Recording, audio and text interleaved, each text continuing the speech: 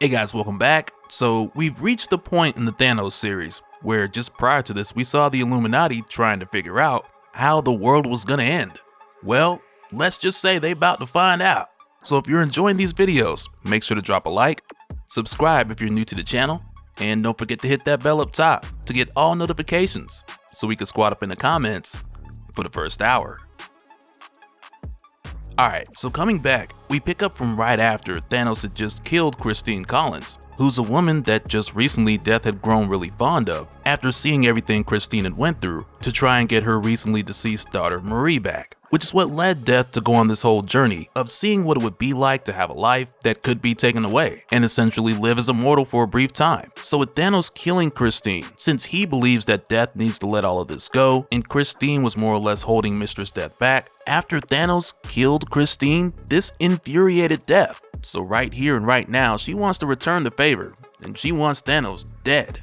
But for a moment here, we're taken back to Mistress Death's time as Roberta Marshall, because through the course of what we see happening here, we get a lot of narration from Mistress Death that comes off as the things that she's learned during her brief life as Roberta Marshall, which for the most part is why she did this, so that she could learn this new perspective by way of being mortal for a brief time. But with how this goes, it starts off as more of a journal entry where at the time for Death, when she was Roberta Marshall, she didn't have her memories, she didn't know she was Mistress Death, so she started it out by saying, I don't know how the world's going to end. So as Roberta, she talked about Christine for a moment, saying how she didn't know either. And at the time as Roberta, she noticed that Christine was living like the world had already ended, which we know for Christine is because she had already lost her daughter. Then she goes on to mention, people say it's arrogant to think the world will end in our lifetime, that all people have felt it might throughout the ages, because life has always been hard, it's been scary. I suppose the world could end at any moment, tomorrow, next week, 20 minutes from now, but it doesn't really matter.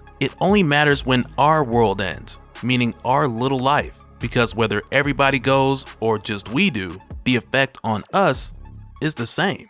And I mean, when you think about it, there's a lot of truth to that. But I can't help but to think about, in addition to that, the consideration for people you care about, whether it be your children or loved ones, because then that takes us into the territory of caring for someone else's life more than your own, like we saw with Christine and how much she cared about her daughter. But that's something that Mistress Death would recognize later, as opposed to her time living as Roberta Marshall. But jumping back into the present moment, while she's attacking Thanos, he tells her how he's devoted so much of his life to her, only to now come to the decision that he believes she's truly lost. So right here, Thanos gets back up and he decides that he's no longer gonna try to convince Mistress Death to step into the fullness of who she is. Neither will he allow this version of her to continue either.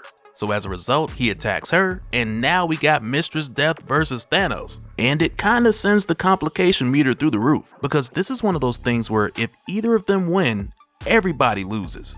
And it takes the Illuminati some time to more or less come to grips with this, but they eventually figure it out. Because the first thing that's obvious is that you don't want Thanos to kill Death. Because like we talked about before, if Death dies, eventually the main Marvel universe will become a cancerverse. And even with Marlo Chandler standing in for Death at the current moment, that's not a permanent solution. She's just more of a stand-in to do Mistress Death's job while she's away. Because the actual Mistress Death needs to exist in some form or capacity, somewhere. So next, Emma Frost, she's just like, of course, if Mistress Death wins, she can fulfill her promise, they have plenty to gain from it. So to Emma, she believes that it'll make more sense for them to just go ahead and kill Thanos. But Doctor Strange lets her know that that's not gonna work either. And all he really tells her here is the last time that Thanos died, his energy was absorbed into Death and something awful was created. Something nearly unstoppable. Which right there is a reference to Avengers Celestial Quest, when after Thanos died, his energy became one with Mistress Death. And though at first, Mistress Death didn't notice any significant change, but over time what started as a ripple became a dot, which eventually grew larger and became the Rot, which was a moving void that is both living and dead that would continue to grow and eventually consume the entire universe. And because the Rot was technically their child, only the two of them could stop it by coming together and mating again, but this time just doing it in reverse. And not so much in a literal or carnal sense, but it was more so the case of both Mistress Death and Thanos going against their nature to balance it out, dissolve it, and restore all the lives that have been consumed and taken by the Rot. So yeah, I say all that to say that killing Thanos is not an option here either, and Emma's not too happy about it. So from here, we start to see a number of different members of the Illuminati trying to come up with their own solutions to what can be done, because even now, Reed Richards, he doesn't even know what to do. So first, we see Adam Brashear step into the middle of this fight and tell Mistress Death that he can't let her kill Thanos. So with the wave of her hand, she fills Blue Marvel's mind with darkness, leaving him curled up on the ground and out of the fight, and without killing him, which is something I think we all can appreciate. And so next, Doctor Strange, he gets ready to send Mistress Death and Thanos out of here, but Reed quickly stops him, because it doesn't matter where Doctor Strange sends the two of them, or even if he separates them throughout space and time, because they will find each other instantly, and there's no telling who will get caught up in that crossfire. And Doctor Strange, he gets it, so he asks Reed, like, okay, well then what do we do? And right here, Reed's just like, it's hard for me to say these words, but I don't know. And I was just like, okay, Reed, we get it. You're smart. And I know you don't use those words often, but come on. Welcome to the club. Now you know how everybody else feels. So next, Doctor Strange suggests that they send for help. And Reed's just like, look, we are the Illuminati. We're at the top of the list when it comes to who you should have on speed dial in a situation like this. So next, Doctor Strange just jumps in at a point in this fight where it looks like Mistress Death is getting ready to land that killing blow. So Strange intervenes only to have Mistress Death give him a very vivid warning. Because out of all the times that he's escaped death and saved others from dying, whether as Sorcerer Supreme or just regular Doctor Strange, she just gives him a reminder that she can make him dead and keep it that way. Which again is her showing mercy, letting him off with a warning and just casting him aside. And following Strange, Mistress Death goes to blast Thanos, only to have Reed tackle the big guy yelling, "Thanos, watch out!" And right after that, Thanos looks over at Reed like, "Watch out, you condescend to me with tired mortal heroics," and he just backhands Reed while saying, "How fantastic." And it's funny because Thanos legit felt disrespected by being saved. But now this just lends space and opportunity for Mistress Death to once again go after Thanos. But as she's telling him how much she hates him and how much she's always hated him, the Hulk comes through and claps her from the back. But it doesn't kill Mistress Death, and instead, she just reforms, facing him, saying, "The Immortal One, he who eludes my grasp, and yet I know how you see me. As the shadow you can never have." Which right there just had me like, man, can we stay here for a minute? But nonetheless, this just takes the Hulk out of the fight, much like Blue Marvel and Doctor Strange. And I mean, in Reed's case, we saw Thanos punch him into spaghetti, leaving it down to just Tony and Emma, where now they just look at each other and they're more or less like, hey, this just might be that till death do us part thing we was talking about when we walked down that aisle. And they come to the realization that they might not make it out of this, but they go ahead and try anyway. So Tony, he tries to approach the two of them with reason, which only gets him knocked back by Mistress Death. So Emma then goes into her mind in an attempt to get Mistress Death to open up to her, hoping that she'll tell Emma why she's in so much pain, and genuinely just trying to empathize with her. But this only leads to Mistress Death opening up all the way, drowning Emma in a tsunami of the burdens that Mistress Death has been carrying, which if you think about it, it's potentially infinite, spanning across all space and time.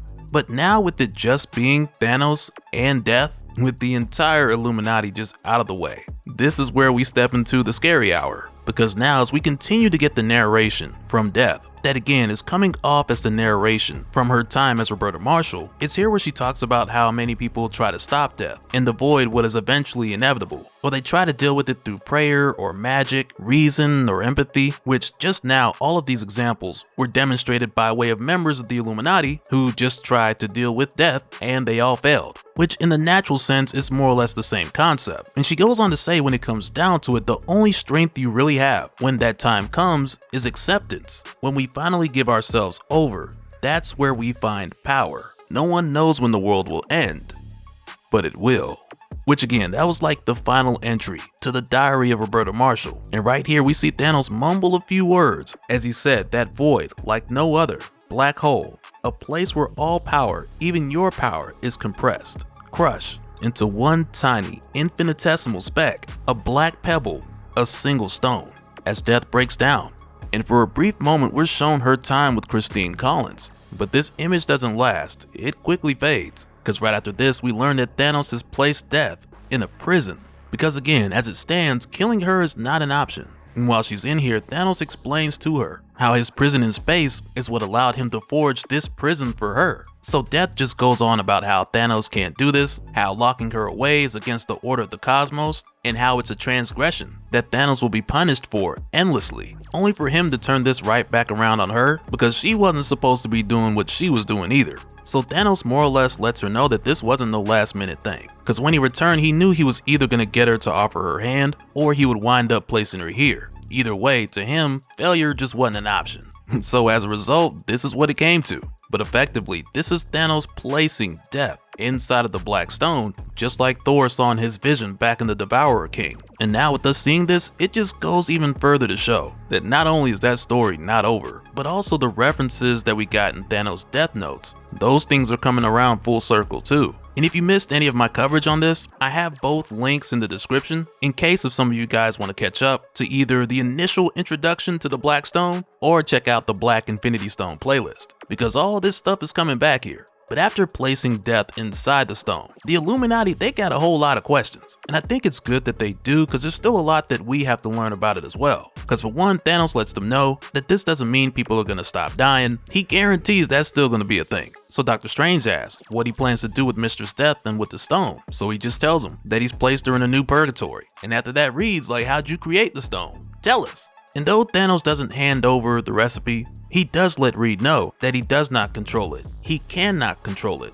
Not yet. Which I imagine that's one of the things where he won't be able to until he places it in that black gauntlet. And just after that, Hulk tells Thanos to hand it over. And Thanos says, oh, I think not. Instead, I may seek out a way to destroy it. Free Death absolutely from this weakness that infects her. Or perhaps. And Blue Marvel's like, or perhaps what? And Thanos doesn't say anything. He just opens the door seconds later and he's like, farewell, Earthworms. And he's out. Which now just has the Illuminati looking like, yeah, we're screwed.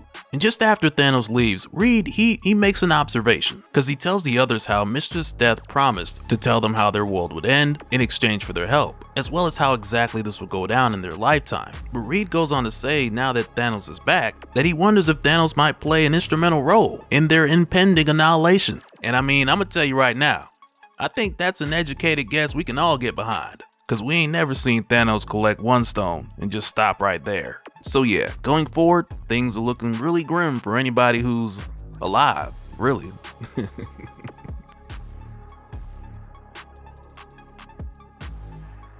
And so now real quick, I want to give a special shout out to all the patrons.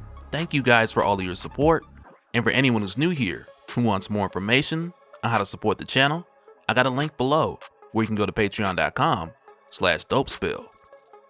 But that'll do it for this one, guys. Let me know your thoughts down in the comments below, and we'll do it again on the next one. Alright, later.